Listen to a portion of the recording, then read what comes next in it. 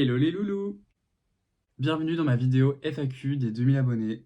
Oh my god. Petite vidéo détente, get to know me. J'imagine que c'est pas cette vidéo qui sera le plus vue par de potentielles nouvelles personnes, mais je vais quand même me présenter si jamais. Je m'appelle Lucas, j'ai presque 21 ans et je poste des vidéos de mes lectures sur YouTube. Voilà, depuis presque un an. Et c'est super. Je fête aujourd'hui le passage aux 2000 abonnés. Alors 2000, je me rends à moitié compte que c'est pas juste un nombre pixelisé. Mais oui, 2000 abonnés et ça y est, je suis une star. Genre vraiment, dans mon mindset là, je suis en mode on va me reconnaître dans la rue. Voilà. Mais laissez-moi un peu dans mon illusion de célébrité, que je profite un peu quoi. Bref, je vous avais demandé de m'envoyer quelques questions par YouTube ou Instagram et vous l'avez fait. Trop content. Du coup, aujourd'hui, on va y répondre ensemble et puis j'espère que la vidéo vous plaira un petit peu. Et cette vidéo, elle sera aussi genre beaucoup plus chill, beaucoup plus détente, pas trop de pression, plus spontanée en fait, en réponse à ma vidéo d'il y a 2 semaines. Voilà, allez, c'est parti. Première question, qu'est-ce qui t'a donné envie de lancer ta chaîne YouTube et de partager tes lectures? Tu lis depuis longtemps ou c'est venu petit à petit? C'était quoi ton cheminement? Début 2024, j'ai développé une passion pour l'écriture. En tout cas, j'avais envie d'écrire et je cherchais une manière de documenter tout ça et puis surtout d'arriver à me motiver dans mon écriture pour essayer d'être constant, de garder voilà, ce mood. Et du coup, j'ai commencé à filmer des vlogs d'écriture que j'ai postés ici.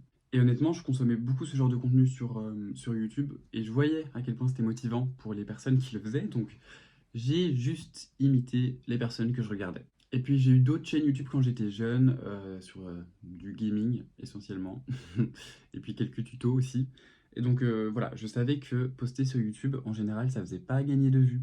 Enfin, tu dois être connu pour avoir des vues, donc moi, mes anciennes vidéos, ok, j'avais 10 ans et demi, mais elles avaient jamais eu de vues. Donc je me suis dit, ok, je les poste pour moi. Et puis voilà, sauf que j'ai commencé à avoir des retours. Et là, c'était un peu différent de ce que je voulais. Et en fait, ça m'a pas gêné. Vu que j'avais des retours assez constructifs et tout, ben, moi j'ai continué à faire des vlogs en mode j'ai reposté et j'ai reposté. Et puis on m'a un peu demandé ce que je lisais, quelles étaient mes inspirations pour mon livre. Et du coup, j'ai commencé à parler de mes lectures. Ça, ça a encore plus plu. Et du coup, j'ai continué, j'ai continué, j'ai continué. Et puis me voilà maintenant. Bon, j'ai eu des périodes de creux, mais maintenant, je veux plus lâcher. J'adore. Et en fait, aujourd'hui, YouTube, il permet de mettre des petits YouTubeurs en avant. Et je crois que je fais partie des privilégiés en mode vous voyez dans vos recommandations des gens qui ont genre 30 vues.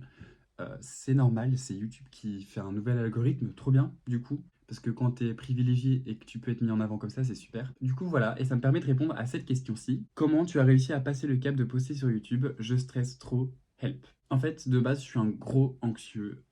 Si j'avais su que je prendrais tout ça au sérieux, je crois que j'aurais jamais posté ma première vidéo. Je me serais posé trop de questions et ouais, ça m'aurait un peu d'échauffer. Donc je pense pouvoir te dire que pour te lancer, il suffit de pas trop se poser de questions. Juste tu fais ton kiff, tu postes et puis tu regardes pas trop les stats et tout. Bon, c'est un peu dur, mais voilà. Il faut pas réfléchir aux conséquences. Et je sais que c'est difficile, hein. Oui, si j'avais posté en me disant je vais avoir 2000 abonnés dans un an, j'aurais pas posté. Et je pense qu'il faut continuer après aussi à pas prendre ça au sérieux.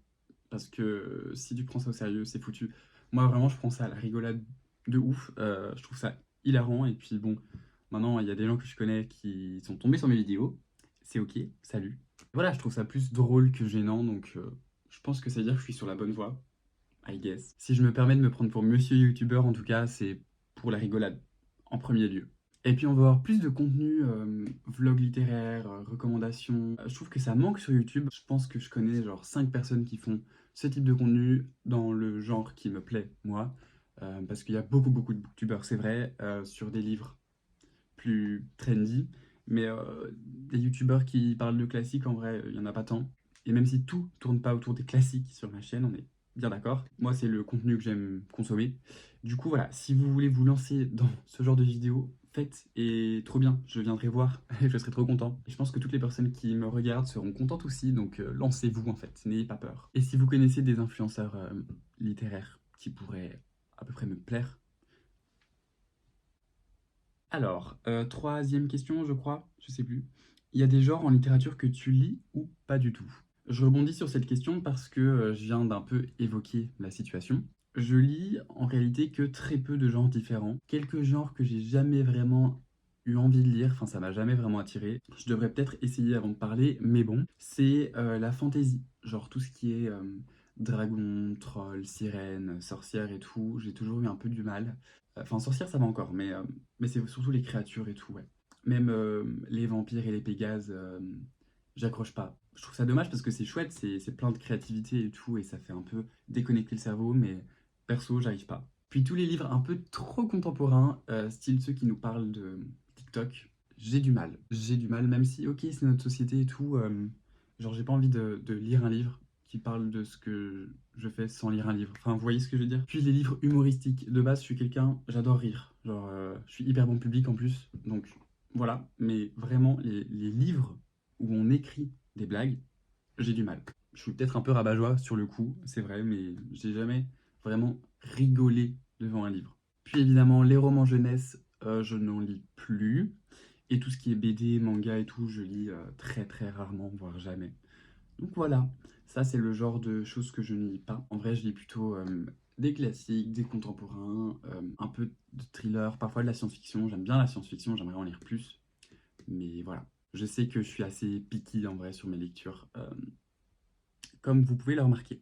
Ensuite, tu trouves de nouveaux livres comment? Tu te balades en rayon ou tu as des sites de reco? Alors ma pile à lire, elle déborde tout simplement parce que quand on me recommande un livre, j'ai envie de le lire, je l'achète. Enfin, je le trouve, je l'achète ou je le reçois. Et puis, j'accumule aussi énormément d'auteurs dont j'ai envie de découvrir l'œuvre en général ou redécouvrir l'œuvre. Et voilà, j'accumule en mode les grands auteurs que j'aime bien.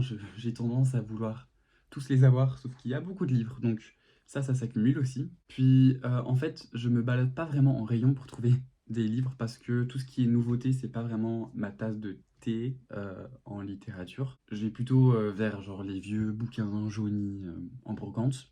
Inconsciemment, mon cerveau, il se satisfait comme ça. J'achète que très rarement de nouveaux livres. Je pense que dans ma bibliothèque, il y a 60% 65% de livres d'occasion. Puis on a 5-10% de livres que j'ai reçus ou qu'on m'a donné. Et puis le reste, les 25% restants, c'est de la nouveauté, de l'achat.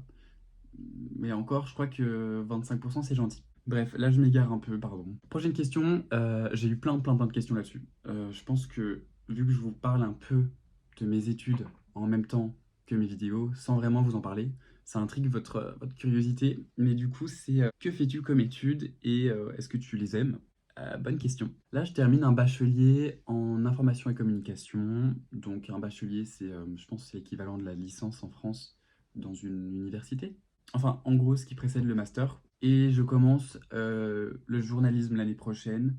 Je me considère déjà un peu dans le journalisme et tout, mais en vrai, c'est pas encore vraiment journalisme, c'est plutôt la recherche d'informations et comment communiquer, faire des plans de communication, etc., etc. L'idée après, c'est de réaliser des documentaires. Moi, c'est un peu ça mon kiff. Enfin, j'ai envie de toucher à l'image et faire ouais, des documentaires plutôt sociologiques, parce que tout ce qui est nature et tout, je me vois mal partir pendant 7 mois dans la forêt amazonienne pour filmer des petites migales.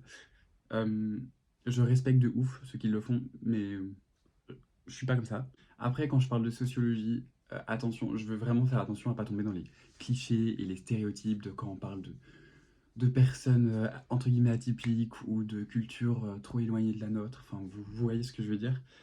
Souvent, on tombe sur des choses sensationnalistes qui veulent juste ouais, pointer du doigt des choses qui sont différentes de chez nous, ça je veux éviter. Mais c'est un travail à part entière, c'est compliqué. Donc je verrai comment je gère tout ça.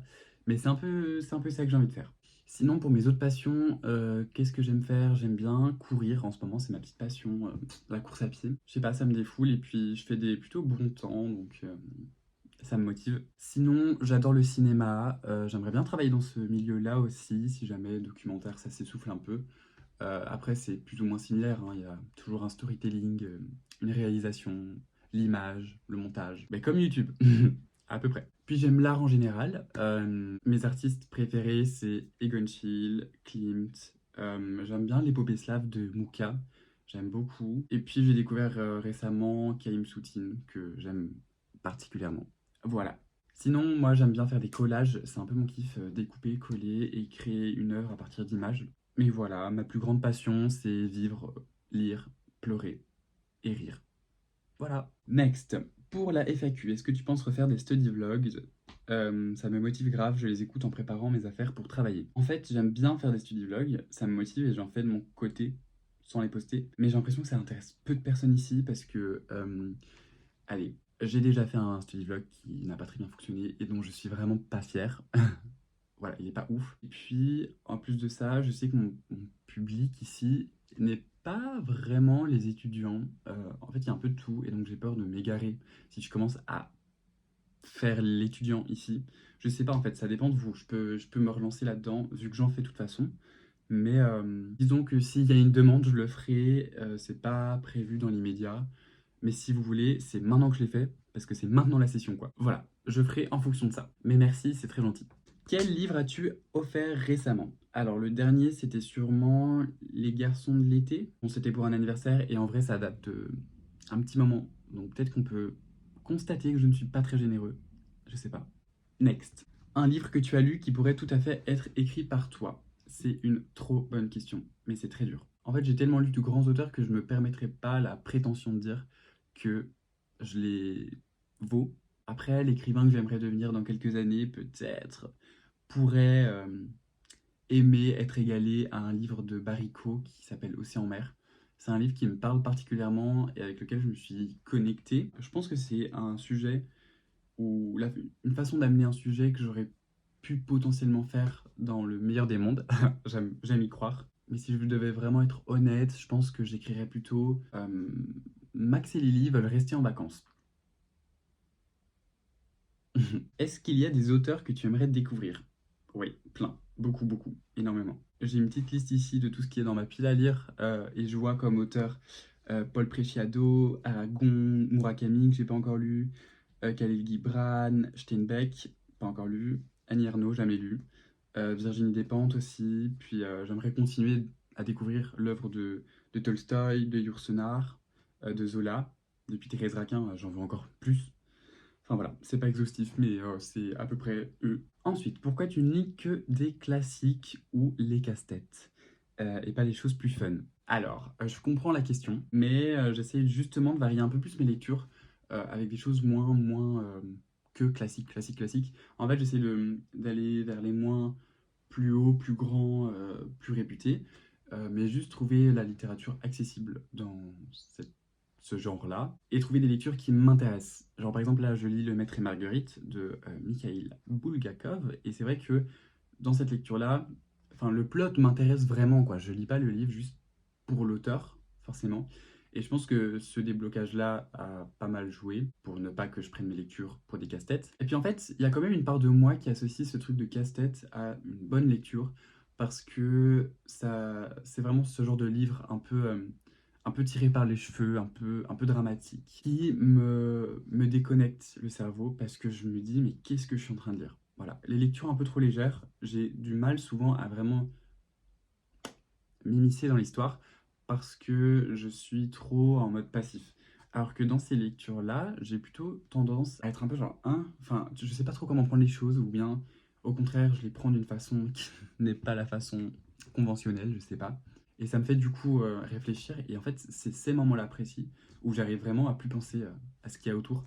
Et ça j'aime bien quoi. Après, j'ai testé des œuvres un peu plus poétiques que j'aime bien. J'ai aussi testé il y a pas longtemps, j'ai testé le genre de l'horreur, enfin de l'épouvante. Ça s'est pas très bien passé, mais je vais retenter l'expérience parce que moi je considère que mes lectures elles sont fun. Et puis si vous n'êtes pas d'accord, c'est votre problème. Next. Comment as-tu découvert la littérature russe et qu'est-ce que tu aimes dedans? Ça, c'est une bonne question aussi. Tout a démarré parce que j'ai commencé à lire Lolita de Vladimir Nabokov. C'est, bon, j'en ai déjà parlé plusieurs fois, mais c'est une lecture que j'ai faite en reproduisant une forme de mimétisme parce que je voulais lire la même chose qu'une personne que j'admirais beaucoup. J'ai trouvé la lecture folle, dérangeante, ça m'a posé plein de questions, j'ai voulu l'analyser, pardon. Alors j'ai regardé des avis sur internet et j'ai essayé de peser les pour et les contre, j'ai essayé de trouver dans la subtilité de la plume de Nabokov toutes les références que je n'avais pas et je voulais apprendre beaucoup. Et en fait ça je me suis dit mais c'est une folie, j'ai jamais eu ça pour aucun livre. Et donc j'ai un peu associé ça au fait que ça soit la littérature russe, parce que dans pas mal des avis et pas mal des analyses, le terme littérature russe revenait parce qu'il en fait partie tout simplement. Et donc bon, j'ai un peu analysé ça à la littérature russe, voilà, j'adore la littérature russe. Alors qu'en fait, j'ai juste apprécié ma lecture de Lolita, puis je suis tombé sur d'autres analyses au fur et à mesure de romans russes qui m'ont donné envie de lire plus cette littérature-là. Je suis tombée sur des citations aussi de Dostoïevski et tout. Enfin, vous voyez, il y a tout un bazar sur les réseaux sociaux où il y a des petites citations. Bref, voilà. Puis il y a une youtubeuse que j'adore aussi qui en a pas mal parlé. C'est Valentina, donc de la chaîne Bookpogo, que je conseille à tous ceux qui parlent anglais. Enfin, je l'adore. Je l'adore cette fille. J'en ai déjà parlé aussi plusieurs fois. Et puis parfois elle regarde mes vidéos, donc si elle est là, plein de bisous. Mais voilà, elle m'a beaucoup inspiré pour ma chaîne YouTube à moi. Et puis elle m'a inspiré dans mes lectures aussi, parce qu'elle lit pas mal de littérature russe. Et je trouvais ça trop cool. Et voilà un peu comment je suis tombé dedans. Grâce à elle, j'ai lu notamment La mort d'Ivan Ilitch ou Les Nuits Blanches. Je pense qu'elle en avait parlé. Voilà, c'est le genre de lecture que j'ai lu au fur et à mesure et qui m'ont un peu plongé dedans. Et puis surtout, j'ai commencé à apprendre le russe à l'université. Et ça, voilà, vu qu'on travaille la langue, on parle un peu des auteurs, ben, moi j'ai une fascination du coup maintenant pour les auteurs russes et mon rêve vraiment c'est de pouvoir les lire en VO, mais je suis vraiment pas à ce niveau-là. Très dur le russe, j'ai des notes pas top, mais je fais de mon mieux vraiment. Un examen de russe là dans quelques semaines, ça va faire mal, ouais. Pour un peu se lancer dans la littérature russe, je trouve que Nabokov et Pushkin ils sont vraiment bien. Ils sont assez accessibles et puis aussi Bulgakov que je lis actuellement. C'est c'est assez accessible et ça va vous donner goût, je pense, à la littérature russe. Donc voilà. Les pavés de Tolstoï et Dostoïevski, c'est pour bientôt, mais pas pour tout de suite non plus. Tu es de quelle origine? Alors moi je suis belge, mais j'ai de la famille... Enfin oui non, je suis essentiellement belge et j'ai un peu de famille anglaise. Ouais. Bravo pour les deux cas. Quelle auteurice belge tu recommandes pour découvrir la littérature belge? Merci. Alors, là-dessus, impossible de te répondre. J'ai lu que Amélie Nothomb et... Comment il s'appelle? Éric Emmanuel Schmitt, je pense. Ce sont des auteurs que j'ai lus, que voilà. Je, je recommande pas non plus, enfin c'est pas exceptionnel, j'ai pas été subjugué, c'est des lectures enfin, basic, j'allais dire, non.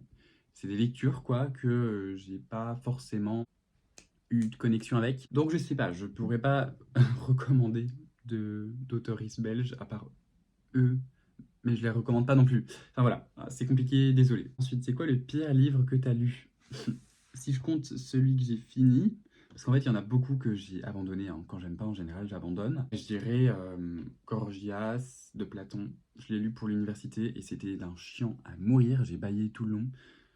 J'ai beaucoup pleuré. Je sais pas, parce que c'est pas facile comme question. J'ai l'impression qu'il y a toujours du positif à tirer des livres.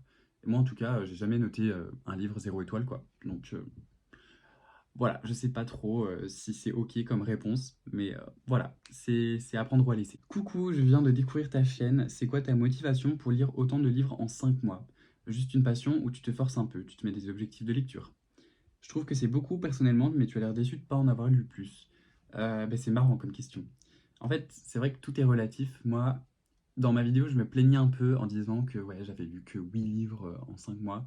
Mais en fait, je me plaignais surtout dans le fait que j'ai lu en 2 semaines 4 livres.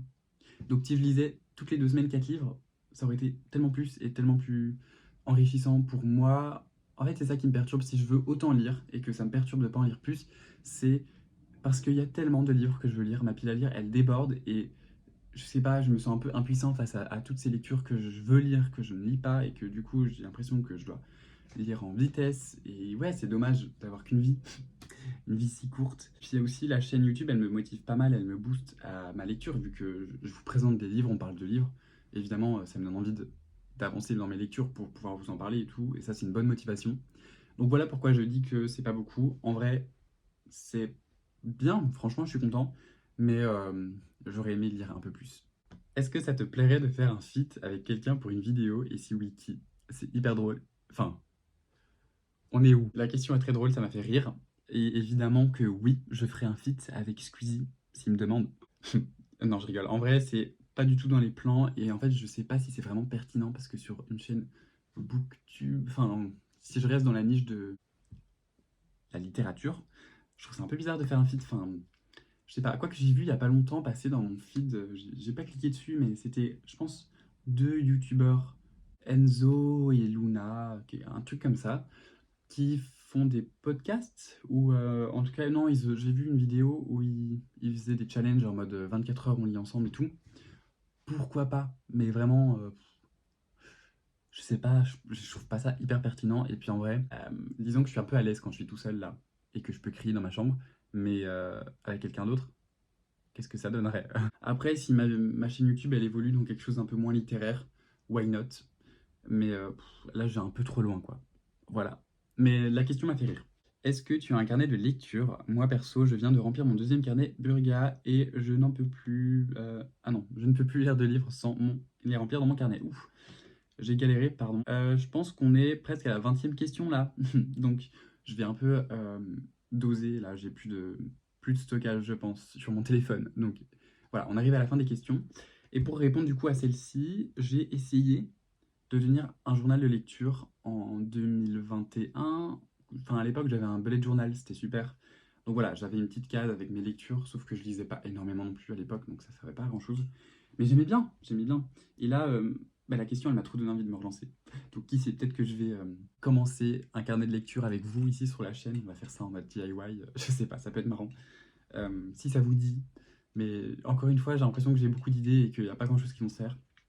Donc, à voir. Je trouve ça trop bien, les personnes qui ont des carnets. En fait, je pense que ça permet de poser aussi ses réflexions pendant la lecture, et ça me serait bien utile, euh, parce que j'ai une fâcheuse tendance à tout oublier. Ah non, quand même, dernière question, là, j'étais obligé de la mettre, c'est hilarant. T'es célibataire? Alors, trop drôle, je pensais pas recevoir cette question.